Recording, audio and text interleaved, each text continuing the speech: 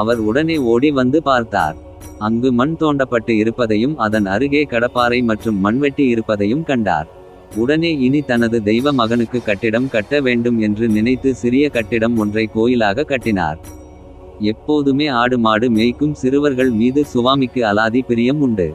சுவாமி சமாதி நிலை அடைந்தாலும் அந்த பிரியம் அவரை விட்டு போகவில்லை. ஆகவே அந்த சிறுவர்களுக்கு காட்சி கொடுத்தார். கிறிஸ்துவர்கள் புதைக்கப்பட வேண்டிய இடத்தில் அருணாசல சுவாமியை புதைத்து விட்டனர். ஆகவே அங்கு எழுப்பப்பட்டிருக்கும் சுவாமியின் கோயிலை அப்புறப்படுத்த வேண்டும் என்று அப்பகுதியை சேர்ந்த சிலர் கலெக்டரிடம் கோரிக்கை வைத்தனர். அப்போது கலெக்டர்களாக இருந்தவர்கள் மெக்வர், டேவிட்சன் ஆகியோர் ஆவர்.